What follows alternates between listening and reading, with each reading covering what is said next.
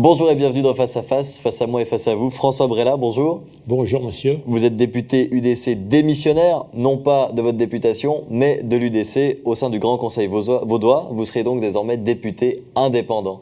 J'aimerais commencer justement sur cette démission de votre parti, l'UDC, avec des citations reprises par la presse, notamment « Cela ne sert plus à rien de travailler avec des gens pas très futés ». C'est ce que vous avez dit? Oui, c'est impertinent. Eh bien, je vais simplement vous expliquer pourquoi. Quand j'étais jeune, il y a très longtemps, j'ai fait un pari, celui de ne jamais être locataire, de payer de l'argent à fonds perdu uniquement pour être logé. Donc j'ai réussi à me construire une villa qui m'appartient, qui maintenant a une certaine valeur. Je constate que sur 20 ou 30 ou 40 ans, le loyer, lorsqu'on est propriétaire, est nettement meilleur marché que d'être locataire. Et de ce côté-là, politiquement parlant, contrairement à mon parti qui est du côté des bailleurs, je suis du côté des locataires. Et les frictions qu'il y a eu sur ce sujet, dans la mesure où le Grand Conseil discute actuellement le plan directeur cantonal, ont été, je dirais, l'étincelle qui a mis le feu aux poudres. Il n'y a que ça? C'est vraiment cette politique du logement de l'UDC qui vous fait quitter ce parti? Non, alors il y a un autre élément. Le municipal et député lausannois Jean-Yves Pidou a déposé une initiative afin d'interdire les chauffages électriques dès 2030. Je suis personnellement opposé à cette initiative et je voulais déposer une motion pour contrebalancer cette initiative. Donc j'ai écrit un texte, il me fallait 21 signatures, je tenais à avoir 21 signatures du groupe pour déposer cette motion et l'envoyer à la commission. Et malheureusement, par mesure de rétorsion, certains députés agrariens m'ont refusé leur signature. Pourquoi? Ils n'étaient pas d'accord avec vous? Non, ils n'étaient pas d'accord avec moi. C'est-à-dire que j'ai interprété cela comme une punition de mon attitude concernant le logement, et ça, je ne l'ai pas accepté. D'ailleurs, vous le dites très bien, le député type UDC est plutôt un suiveur qu'un bagarreur. Vous êtes un bagarreur, vous ne pouviez plus être un député UDC, c'est ça? Tout à fait, tout à fait. Vous le regrettez? J'ai besoin de liberté. Vous le regrettez de devoir quitter l'UDC? Ça vous fait mal au cœur ou au contraire, vous le voyez comme un bien? Non, mais écoutez, ça va bien se passer dans la mesure où j'avais déjà décidé de terminer ma carrière au Grand Conseil le 30 juin de l'année prochaine. Donc, ça fera 1 année et demie à peu près. Non, alors ça, je ne me fais aucun souci. Pour 1 année, vous auriez pu tenir. Vous aviez besoin de le dire? Non, parce que d'autant plus qu'on va bientôt discuter la loi sur le logement dans le contexte du Grand Conseil. Donc, je me serai de nouveau croché avec mes chers collègues. Alors, de ce côté-là, la situation est claire. Donc, eux, ils vous font aussi la tronche, si je comprends bien. Mais écoutez, ma démission date de mercredi passé. Depuis, je ne les ai pas revus. Vous les invitez? Non, pas le moins dur. Non, j'inviterai personne. D'accord. Non, mais c'est intéressant quand même. J'ai reçu 2-3 courriels de soutien, de marques pas d'affection, non, mais de sincérité ou ça. Bon, ce qui est dommage, c'est que vous quittez l'UDC au moment où il y a un triomphe incroyable de ce parti, suite au 9 février. Vous n'aviez pas envie de vivre ce moment de joie avec eux? Non, pas du tout. Bon, vous savez, un moment de joie, c'est vite passé. On prend des résultats et puis, à ma foi, on ouvre une bouteille et puis c'est fait. Vous étiez totalement d'accord avec votre parti sur cette initiative aussi? Oui, alors là, j'étais totalement d'accord parce qu'il y a trop de gens qui ont connu le chômage qui sont frustrés. Par exemple, j'ai rencontré une dame de 47 ans qui a perdu son emploi il y a 3 ans, qui était au chômage, qui n'a rien retrouvé, même si elle est universitaire, et maintenant elle vit de ses économies en attendant de vivre du RI. Donc, et ça, c'est à cause de la libre circulation des personnes, selon vous? Oui, parce qu'il y a trop de concurrence. Et une fois, elle m'a dit, j'ai postulé une place qui, à mon avis, me convenait très bien. C'est une Française qui a été nommée. Et là, je pense que parmi les gens qui sont sans emploi, qui sont au RI, ou qui, le cas échéant, doivent vivre de leurs économies, eh bien, il y a une frustration. Bon, puisque vous êtes très sensible à cette question du logement, de la politique du logement, c'est un des arguments qu'on a beaucoup entendu dans cette campagne du 9 février, de dire, regardez, par exemple, dans nos villes, il y a beaucoup d'étrangers qui font augmenter le prix moyen du loyer. Est-ce que vous avez l'impression qu'avec cette votation du 9 février, une partie de la politique du logement est déjà réglée? Non, absolument pas. Mais je tiens à dire que donc, je suis député depuis 2002 et j'ai le sentiment, et même plus que le sentiment, que le Conseil d'État vaudois n'a pas fait grand-chose ces 12 dernières années. Pour le logement. Pour le logement. Donc, il y a eu des petites adaptations, mais si, par exemple, on prend l'aide individuelle au logement, eh bien, par exemple, ce sont les communes qui doivent les décider parce qu'elles payent la moitié, mais c'est extrêmement minime. Donc là, je ne vous cache pas que pour moi, si on veut des logements à prix abordable, eh bien, c'est les coopératives d'habitation. Et il n'y en a pas beaucoup, il y a des grandes listes d'attente. Qu'est-ce qu'il faudrait faire alors selon vous aujourd'hui, ou qu'est-ce qu'on aurait dû faire pour le logement dans le canton de Vaud? Eh bien, par exemple, des coopératives d'habitation peuvent très bien obtenir des terrains en droit de superficie onéreux ou gratuite et construire. Ça se fait à Cheseaux. La commune de Cheseaux a mis à disposition de la Société coopérative d'habitation de Lausanne des terrains où s'élèvent maintenant 51 logements. Ouais. Et dans la mesure où le droit de superficie est gratuit, eh bien c'est toujours avantageux parce que le terrain ne coûte rien. C'est ça. Si on veut vraiment améliorer, je dirais, le pouvoir d'achat de la classe moyenne et des petits aussi, eh bien c'est avoir un logement, je dirais, le plus abordable possible. La tour à Cheseaux, la tour Tawa à Lausanne, pour vous, c'est des solutions aussi qui vont dans le bon sens? Non, mais ben, alors, avec Cheseaux, c'est quand même pas une tour, hein, c'est 4 immeubles. Hein. Oui, mais Ouais. il y a aussi une tour dans la région de Cheseaux qui vient d'être votée, sauf erreur. Cheseaux-sur-Lausanne. Non, pas à Cheseaux-sur-Lausanne. On envisagerait éventuellement je confonds avec quelque Chavannes. chose Chavannes-sur-Lausanne. Je confonds la tour de Chavannes. Et puis, il se pourrait que sur les terrains de Vernon, donc Vernon, c'est une enclave lausannoise qui se trouve entre Romanel et Cheseaux.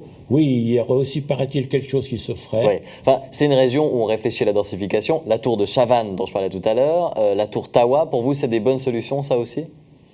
Alors, il faut voir déjà quel sera le montant des loyers. Pour moi, c'est la base. Alors, ça a peut-être un côté spectaculaire.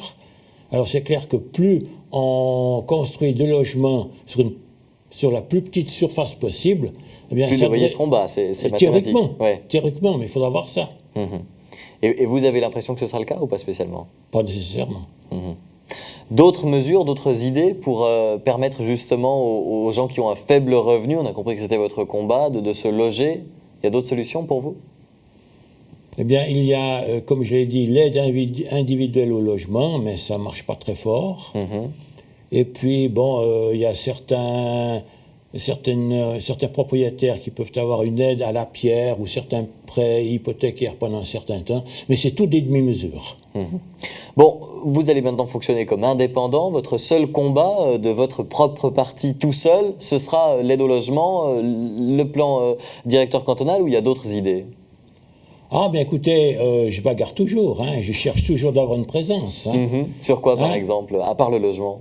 Oui, alors écoutez, j'envisage éventuellement déposer une interpellation pour demander au Conseil d'État combien il y a de frontaliers et de permis B et C dans les collaborateurs de l'administration cantonale. Là, vous metteriez un quota aussi, c'est ça? Non, pas du tout, mais simplement poser la question et puis demander si finalement on ne pourrait pas avoir une préférence nationale. Bon, j'admets que ça fait Front National, hein, mais ma foi, pourquoi pas? Vous dites, ça fait Front National. Sur la votation du 9 février, par exemple, vous avez vu que vous avez été, vous, en tant que membre de l'UDC, félicité par Marine Le Pen. Oui. Ça vous fait plaisir?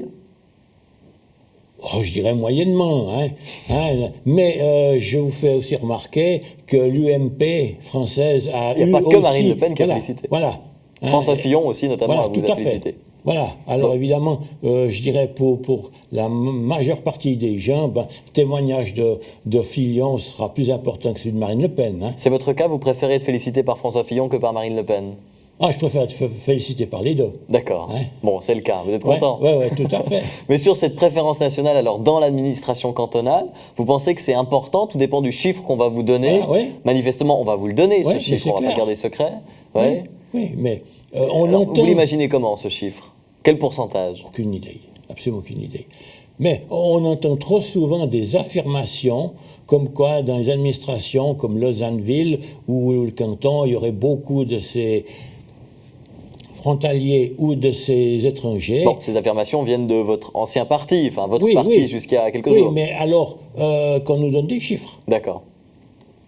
Et puis ensuite, Ah ben on verra les réactions qu'il y a. d'accord. Mais donc on en arriverait probablement à demander qu'il y ait moins de frontaliers, moins de permis B, moins de permis C dans l'administration cantonale. Mais enfin, c'est au Conseil d'État de décider. Hein, et je prendrai aussi un exemple où, à mon avis, le Conseil d'État n'a pas fait tout ce qu'il devait, c'est la lutte contre le travail au noir. Hein, alors, lors du dernier budget, en décembre 2013, finalement, le Conseil d'État a accepté 4 postes en plus. Hein, mais là aussi, chaque fois qu'on pose des questions, eh bien, tout va bien. Donc, circuler, il n'y a rien à voir. J'ai envie de terminer sur une chose que vous avez dite quand même en tout début d'entrevue. Vous nous expliquez que vous partiez de l'UDC parce que vous les sentiez plus du côté du bailleur que du locataire, Oui. plus du côté de l'économie que celui de la personne. Et j'ai l'impression que vous découvrez là votre parti, qui est quand même un parti de droite, financé en partie par l'économie finalement. Alors écoutez, dans le contexte vaudois, je ne dirais pas qu'il est financé par l'économie. Dans le contexte global, Ouais, l'UDC reste un parti de droite ça, financé c'est par tout à l'économie. fait. Oui. Voilà. Ça, vous le découvrez Voilà. Non, je ne le découvre pas. Non, mais le fait que l'UDC est du côté des bailleurs, eh bien, ça fait maintenant 4 ans ou 5 ans que je le répétais chaque fois, hein, je le déplore. Hein, et puis, je regrette aussi... Donc, le groupe du Grand Conseil est composé à 2/3 d'agriculteurs, des gens qui sont quand même largement subventionnés par la Confédération. Et je trouve un peu dommage, finalement, que les agriculteurs se comportent en bons socialistes quand ils défendent leurs intérêts, et puis tout à coup se mettent à la droite de la droite sur le plan économique. Et puis, plus globalement, si on abandonne bailleurs, locataires, vous avez l'impression que l'UDC aurait tendance à soutenir plus les entreprises que le citoyen dans certains cas de figure. Ça n'a manifestement pas été le cas avec la votation du 9 février, puisque beaucoup d'entreprises se disent embêtées par cette votation, mais dans d'autres cas, vous avez l'impression que ça pourrait être effectivement ça? Non. Non? Non, non. Jamais plus proche de l'économie. L'UDC, jamais plus proche de l'économie. Mais écoutez, dans le contexte vaudois, la marge de manœuvre est assez faible. Sur l'imposition aussi, l'imposition des sociétés par exemple? Ah ben, là, il va falloir casquer, c'est-à-dire perdre un certain nombre de millions. Hein, et c'est là que, je dirais, au point de vue finance de l'État de Vaud, ça peut faire un peu peur, parce qu'on va perdre avec l'imposition des sociétés. Et puis, le Conseil fédéral et les chambres envisagent de mettre sur pied un programme pour indemniser les gens qui habitent à côté des voies ferrées ou des axes routiers très importants. Et c'est aussi quelque chose qui va coûter des centaines de millions. Et il faudra trouver cet argent. Il faudra trouver de l'argent. J'ai une question indiscrète pour terminer, François Brella, si vous êtes d'accord. Vous nous disiez qu'en juin, vous en aurez fini de la politique. Ah non, juin 2015. Oui, en juin 2015, on aurait Ouais. fini de la politique. Qu'est-ce que vous faites après? Alors, je suis également un peu engagé pour le Burkina Faso. Et en 2010, je suis descendu avec un 4x4 par la route jusqu'au Burkina, donc par le Maroc, la Mauritanie, le Mali.